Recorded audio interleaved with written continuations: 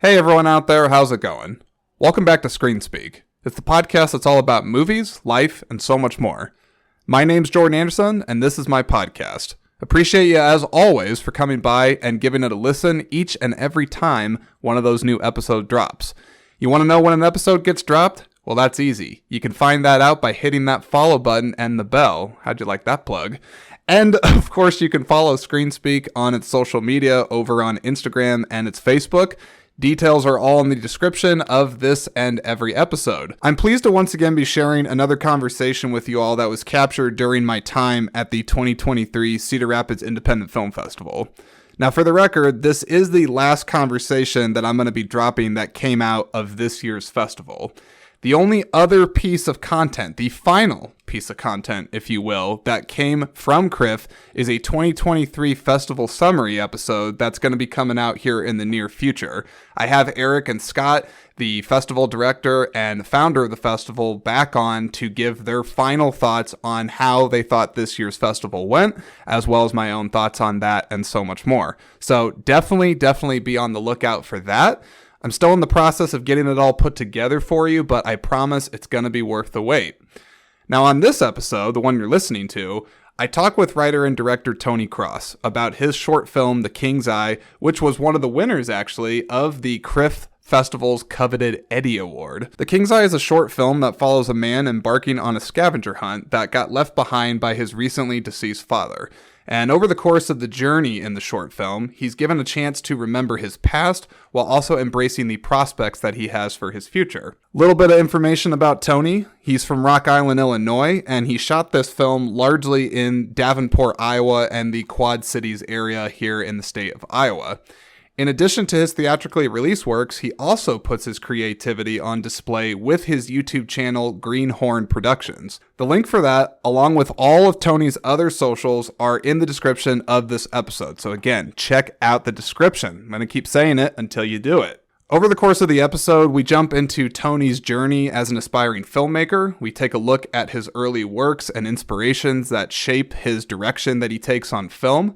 We talk about the process of selecting music for his short, as well as strategies behind short film distribution, and a whole lot more over the span of just about a half hour too, which seems like it's not that much time, but you're really able to pack in a lot if you use the time strategically, which I think I did largely through just impulsive behavior and being decent at conversations with filmmakers, I guess, because I definitely went into this recording with little to no prep. I just met him in the lobby like I did a lot of other filmmakers at CRIF, and it just kind of happened, as they said, and that's what you're going to listen to in this episode. So after this episode, check out the description, follow and support Tony, and while you're at it, throw some support over to Screen Speak's way as well, okay? Because each and every follow, comment, share, etc., it all helps this podcast to connect with others that have a passion for movies just like you and me. So again, check out the description, do all that stuff with the plugs. Really appreciate it. And I appreciate you. Again, the appreciation that I have for you guys, it's going to be given time and time again, because I truly love all of you that listen to this podcast. Really, sincerely do. Where is that coming from right now? I don't know, but I know it's from a place of organic love for the audience, the listeners of Screen Speak. God, just love all you, love all you so much. Not that much. Let's calm down. Okay.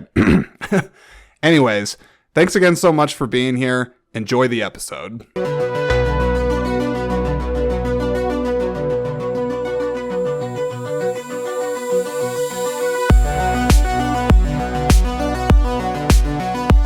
Tony Cross, nice to actually meet you. I haven't, here, I'll shake your hand, right? All right. Nice to actually meet you. Appreciate you humoring me and just coming on my podcast on a whim, even though I think we met a little bit briefly last night after your film, The King's Eye, won an award. It was a whirlwind experience, and I'm still kind of like coming down from it. It's like, I think I'm still dreaming. It feels like for me, this has always been something I've strive towards. Like, it's taken a long time to really get to this point. I've been making films for a long time, just small, like, short films, but it was kind of just like for fun. I didn't really know yet whether I was like going to be like if it was something I was going to take seriously. It was more just a hobby, just a glorified hobby, and I would invite my friends and kind of just like, we would just have fun. It was kind of just like, whatever, you know, we'll roll the cameras, we'll buy some cheap props and just tell the story with it somehow. What are some of the earliest like stuff that you worked on? A couple of films. I did a couple of like thriller comedies. They're called. They're on YouTube on my channel. They're pretty like. I was going for something that was like, well, clearly we have a low budget here. We can't do anything too legit. We have to kind of have like a self-awareness about that. Otherwise, the audience is going to be like, they're taking it seriously? I don't know what to think of this. Like, I find a lot of horror movies of the low-budget kind, there's almost like a self-awareness from it. Like, one of my idols, Sam Raimi. Okay. He started with like the Evil Dead movies. Of course, He did his short film Within the Woods, and while watching those movies, there's such a self-awareness to it. Like Sam Raimi is having so much fun with it. I mean, and that movie was literally like half. A lot of it was just like it's like a backyard movie he made with his friends for fun, but it turned out to be this cult sensation back in like the early '80s, and like I kind of just approached it that way. I looked to him. I looked to other filmmakers like him, even like someone like Kevin Smith, like someone who starts very low key. Literally, he shoots a film in his convenience store, and he's just like, I don't know what'll become of this, but I'll just do it. I think it's impossible. Like, you drop a name like Kevin Smith, it's impossible for a person like that not to be inspiring for aspiring filmmakers. Literally, considering Clerks was made on what like I don't even know, like less than 50,000, something like that. He took out a lot of like credit cards and like loans and whatnot, and even after the movie was finished and it went to festivals, he was still paying those loans off for a long time. So I mean, he didn't have any sort of like connections in Hollywood or anything. He just kind of went out there and made the movie he wanted to make. But I think that's kind of truthful, and it speaks a lot to the ingenuity of real filmmakers and people that are willing to roll up their sleeves and do the dirty work, because not all of it is going to be pretty. And as they say, it's not like it is on TV.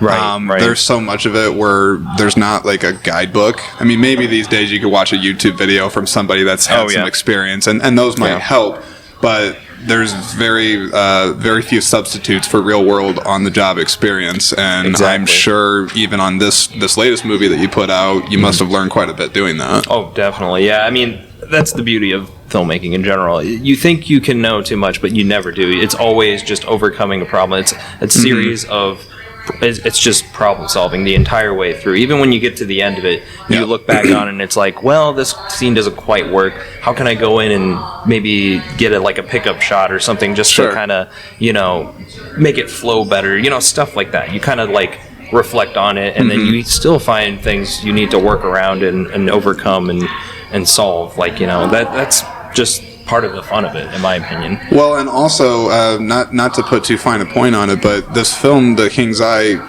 in a weird way, is going hand in hand with what you're saying, because there is quite literally a problem-solving element to the entire picture. Right. and the idea behind that was, for me, is to tell the story as much with the visuals as possible. I didn't want to over-explain it.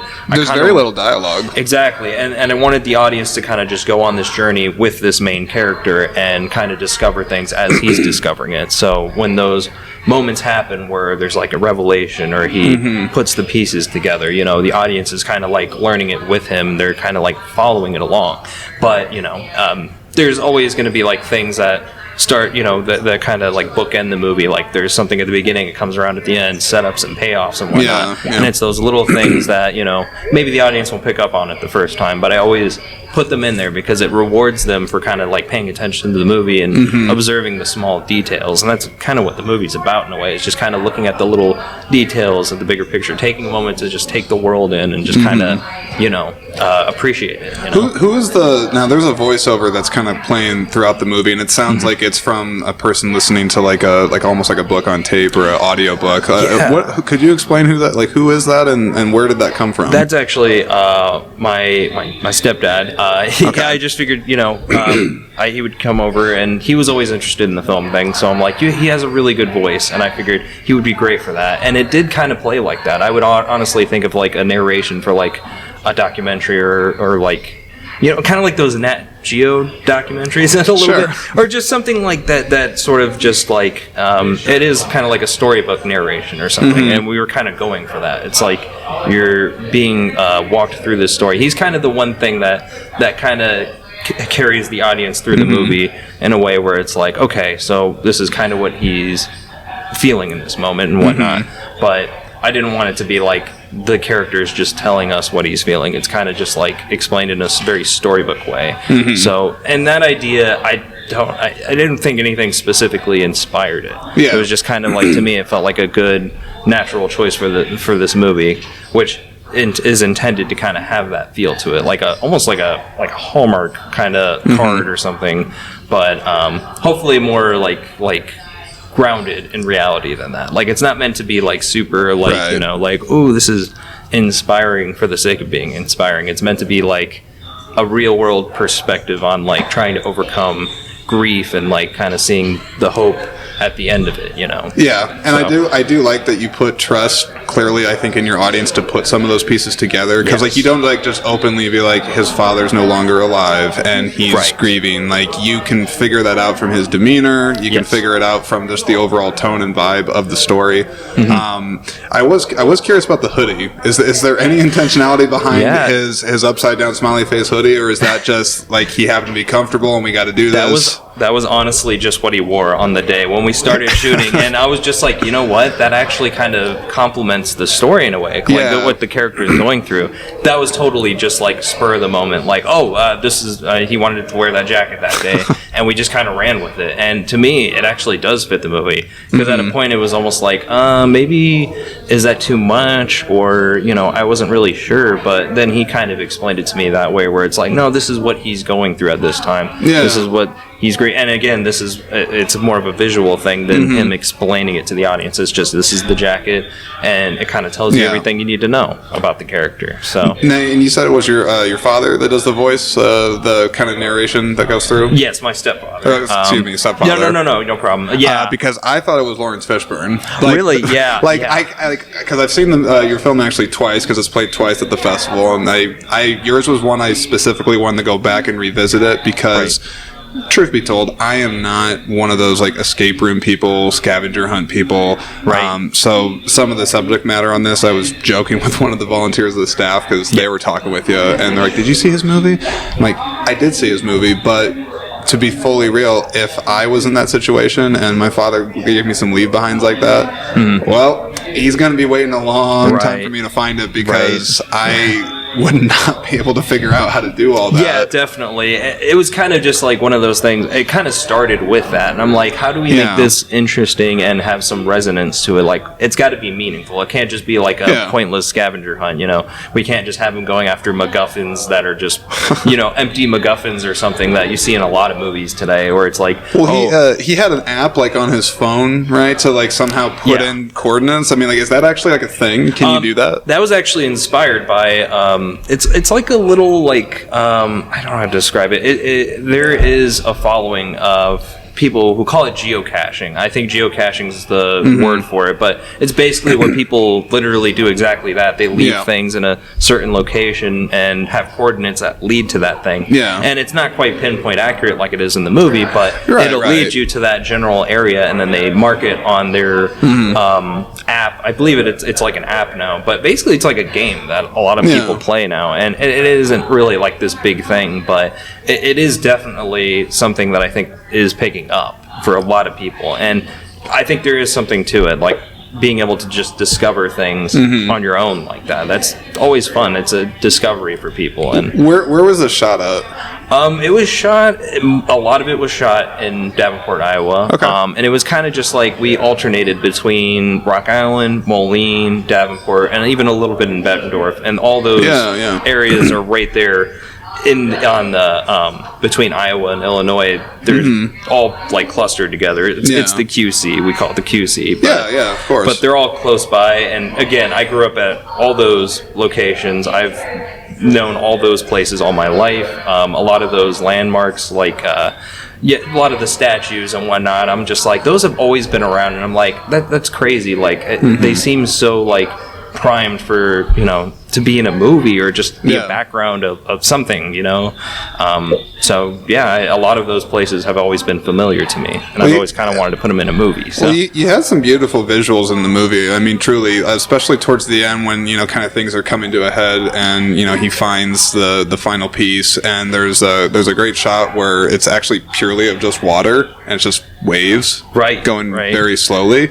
What is it about water? Like, I mean, I'm gonna sound like deep on this, but I'm curious. But like, what is it about water where like there is like just like a sense of it's like when a man sits down like and stares at a fire and just says nothing, right? That does something. It has like a meditative quality about it, yes. And in that moment, that's what we were kind of trying to get across is just like that sense of like release. Like he sets this the boat into the waters, and that's him kind of letting go, and the waves rolling in. That's kind of like bringing him peace in a way, and it's like giving him comfort. It's like, okay, I've made this decision, and I'm coming to terms with it in this moment. And that visual, again, it's just a visual, but it almost it's very simple too. It conveys that idea without like spelling it out or anything. So yeah, that's kind of what we were going for with that. It's good. Crazy, yeah.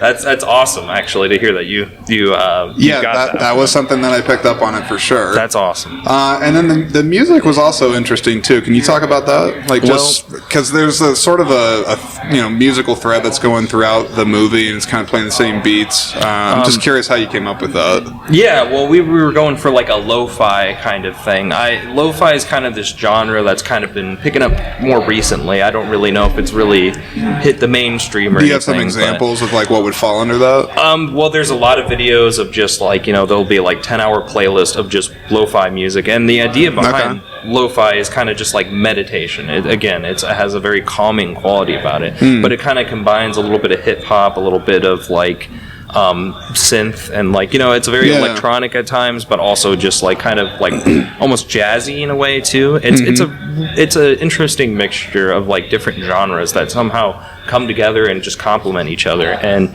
I think it's beautiful. And a lot of you'll actually hear a lot of lo-fi and like tutorial videos and whatnot, because it almost has sense. That like quality. It's like, hey, relax, just kind of chill out, let me explain how to do this thing you need to learn how to do, and let this music kind of just relax you while you figure it out. I'm not really sure though, like if there's any other examples, but I mean, you did a good job of explaining that. I've heard somebody say lo-fi, but they've never quite told me about it. So you did what you had to do. Right, and I was just kind of thinking like lo-fi hasn't really been used in films to this point. I mean, you kind of like maybe hear it like briefly in like a scene or something, but I'm like, why not just lean into that for the soundtrack of the movie? Because in a way that's kind of part of his journey. The music kind of conveys the sense of like, okay, things will get better if I just kind of like go on this journey and see where it takes me. Things will get better. I'll find something. Like they're going towards something. So. Did you always anticipate this being a short, or was there ever a desire to have it be longer, or? Well, actually, it was intended to be kind of like this 5-minute, like, kind of like a montage, just like a quick montage of Quad Cities while the music plays. But then the ideas came to put the narrative around it with the, kind of the overcoming grief, the son losing his father, and kind of just like going on this journey of kind of acceptance, but also looking forward. It did not really start with that, though. It wasn't really intended, and I kind of realized, like, as I was making the movie, it was not going to be 5 minutes. There's no way I can condense it to 5 minutes without it feeling too rushed or too, like, I wanted the emotions to kind of sit with people. So, in a way, the pacing of it is kind of slow in parts to kind of, like, let the audience sit with it and kind of just, like, feel the emotion of like what the character is feeling in that moment. And so it kind of did start just as a short film, but there were times where I was like, maybe we can expand on it more. I don't think there's going to be any sequels or anything. It doesn't need that, but no. I mean, it feels very complete by the end of it. The character has a clear trajectory of where he's headed, and he reaches it for sure. Yes. I am curious, just for somebody that even myself, like I'm 32 years old. I'm a lifelong movie fan. I've been in the Cedar Rapids area most of my life, but I admit, short film wise, I have a lot to learn about discovering different artists that are putting it out, and then where just sort of the common person would find short films. I mean, aside from this festival where this movie's been premiered at, where else would people be able to watch this? I was just talking actually to somebody about that.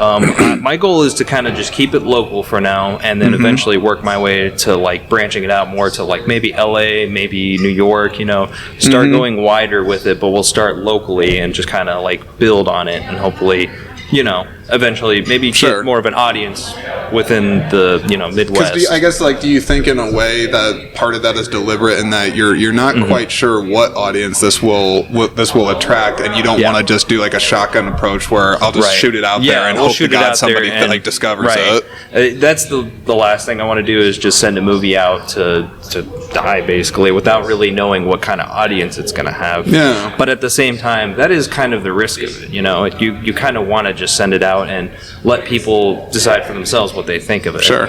So I don't know. It really just depends. I think it's important, though, for people across the country and the world even to kind of see what movies from the Midwest can look like and what they can feel like. Sure. So eventually I do want to get it out there, and I'm sure it'll find its audience regardless. Like that's the beauty of it. Like a lot of filmmakers, a lot of times their movies go out there and maybe it's not recognized right away, but then it'll build a cult following, or it'll kind of be viewed in retrospect as perceived differently than it was in the time it was released. So either way, I have a lot of faith in the movie. I believe in its themes, and I think a lot of people will resonate with those themes. But we'll take it slow. We'll kind of build on it. We'll start with the Midwest and slowly branch out. Now, are you able? What do you do for your living? I mean, like, is this it? Are you like full time committed to doing this, or like what do you do? I mean, you don't have to like tell me like specifically what where you're at. But. Fair enough. At the moment, I work 2 part-time jobs. I kind of just save up money where I can, and then take that money and put it into the movies, usually buying new equipment. And for now, that's kind of where I'm at. But eventually, I do want to kind of just be like, you know what? Let me make this full time. I don't want to. Did you go to film school or anything like that? Or you? No, actually, I didn't. Really? Yeah, that's the crazy thing. I kind of just, like Quentin Tarantino or a lot of filmmakers worked at a video store. Right, a lot of filmmakers say that going to movies is film school, and that's kind of how I've always viewed it.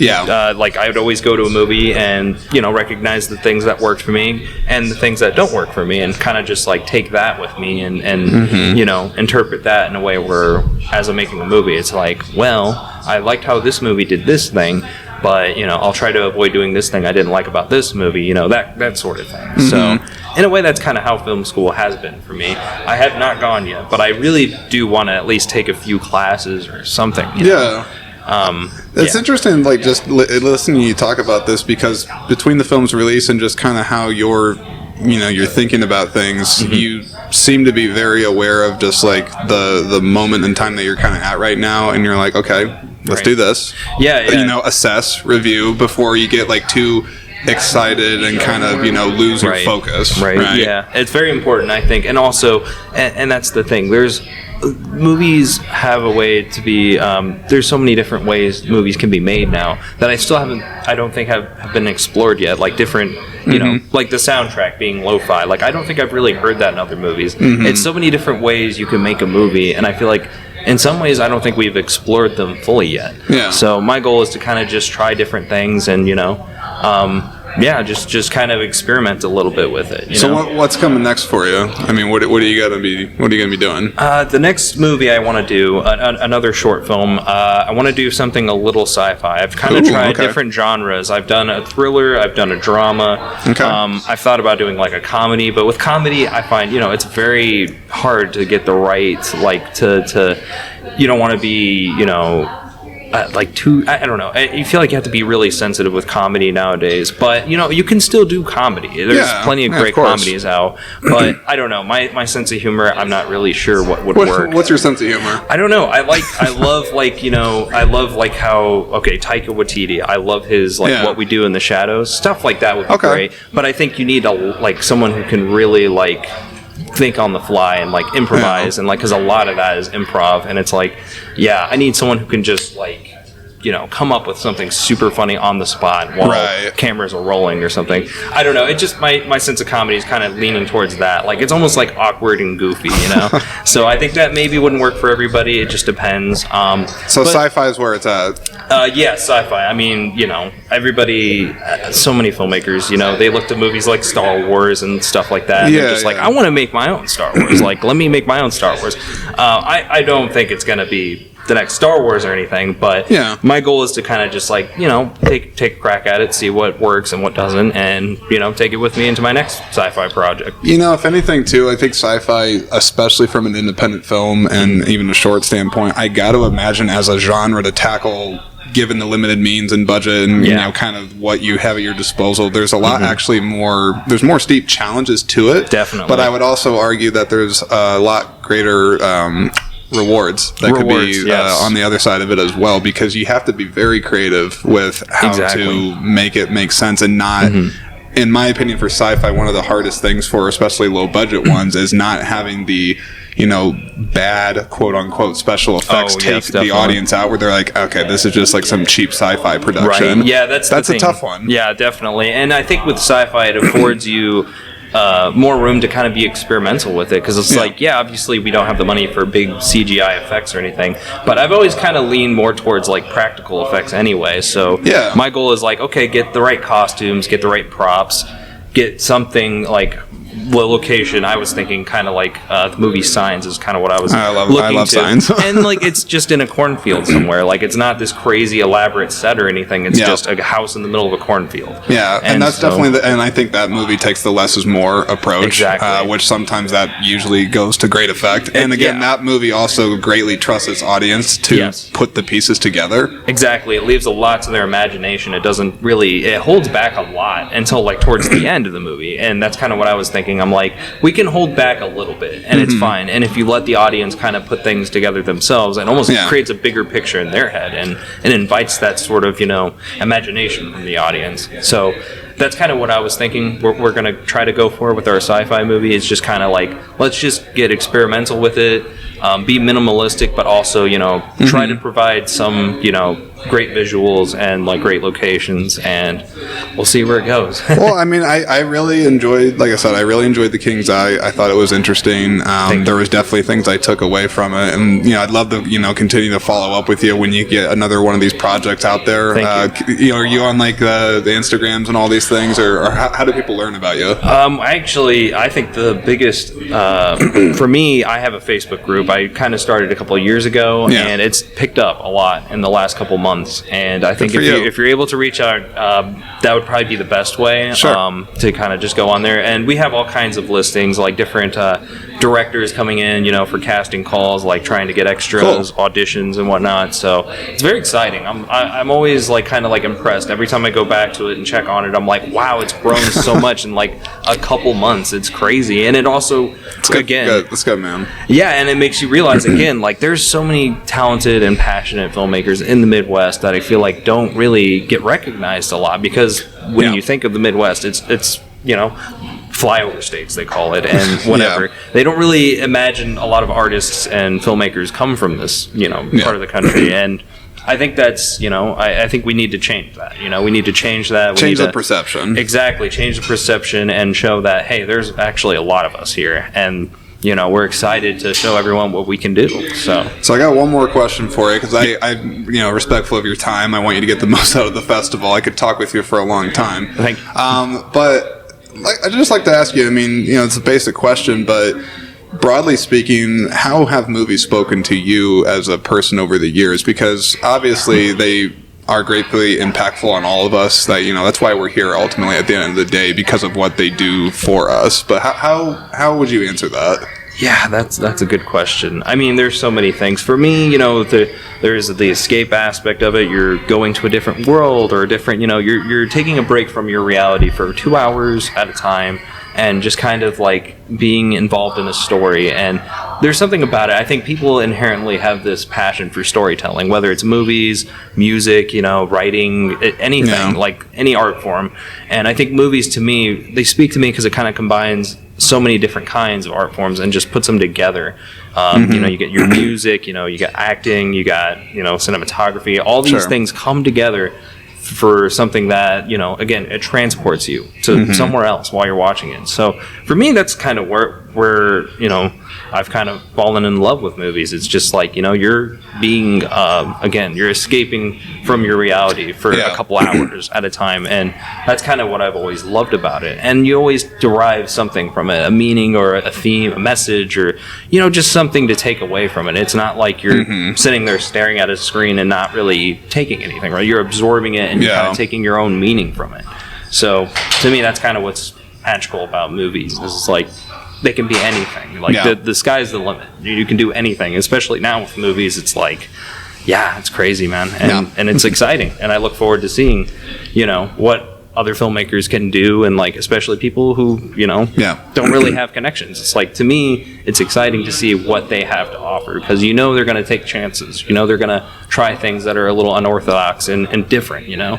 So that's always going to be exciting to me. And yeah, that's what I love about movies. It's just they can be anything, and whatever they are, as long as the story's great, you're there for it, and you're on that ride with it. So it's great. Absolutely. I think you know, if I was going to answer the question, which, you know, I've given different types of answers to this question because it can go in a lot of directions. But you know, for me, I think they're able to convey things that other forms of media are not able to do. You absolutely nailed it, where there's all the different elements that can kind of simultaneously mesh into a cohesive, you know, cohesive narrative, something that people can understand. But I think what I ultimately like about it is two things. One, there's a conversational aspect that happens as a result of people sharing an experience where you go through something with the same person. They may be viewed it through a completely different lens, but then that's part of the fun, is being able to understand each other's perspectives as a result of watching this. And then the second thing is just kind of more on the global scale, but you know, movies, especially like even one like this, say somebody across the globe saw this, they might not even understand English, but they could understand the visuals for this. So there is a cultural barrier that I think movies have a power of kind of overcoming and, you know what? And bringing people together on. That's crazy, because I didn't even think of it like that. It's like, yeah, it wouldn't really take a lot to like send it somewhere else and for them to understand it, because it's all kind of there in a way. Like, we all understand the visuals behind it, and even if the language is different, you know, it's like, yeah, that's crazy. I didn't even think of that. But yeah, that you're right. Absolutely, it's everyone takes their own interpretation from a movie to a movie, from it, whatever. They all always have something. They take different things from it, and that's what's great about it. And I think too, depending on the movie too, it could be something as light as like a fun like comedy, like a Tommy Boy or something like that, or you know, you could take even a more serious subject matter like the Holocaust, and like movies like Schindler's List. Yeah, absolutely. But it opens up conversation and dialogue and ultimately education on stuff that ordinarily it's like, it's not exactly easy to just go up to like a dinner table and be like, hey, let's start talking about this very specific issue. Exactly. It's a tough subject matter, but that movie kind of makes it to where people can watch it and absolutely understand the gravity of it, and why it's important to be taught to people, like why people need to learn about these things. So you're right, absolutely. Movies have a way of communicating these insanely complex ideas and whatnot in a way where anyone can understand it. They can pick up on it. Some of the best memories I've had with movies are ones where, like, when you leave the darkened theater, you're almost like, I'm a different person. Right, yeah, like, literally. You walk out, you're just like, you're just watching the credits. I'm in Earth, like, right now. You're just like, oh my God. Oh, yeah, I've had that feeling. You're just watching the credits like, did I just watch the best movie ever? I'm not sure, man, but that was amazing. Like, you're just kind of in awe. Like, or like when you have the experience and it's purely like, you can't even put it into words. You know you had an experience. Something happened to you. You can't articulate it. And, you know, even if you have to like marinate and sit on something for like weeks and then be like, okay, I think I got it now. I'm a different person now. Like, there's movies like that where you just walk out the theater like, I'm different. Like, something changed in me, but I don't know what it was. But yeah, no, definitely. That's movies awesome have that power. It's awesome hearing that passion. But look, I don't want to take up too much more of your time on here, but I enjoyed the conversation. I will let you know, of course, when this episode drops and everything like that. Okay. Have all the information in there so that way you can share it and do whatever you want to do. All right. Yeah, sounds good, man. It's exciting stuff. I've never done like a podcast or anything, so this is my first time being at a festival, so you know it's a learning experience for everybody. Awesome. Thank you. Yeah, no, you did a great job, man. I appreciate it once again. Thank you so much.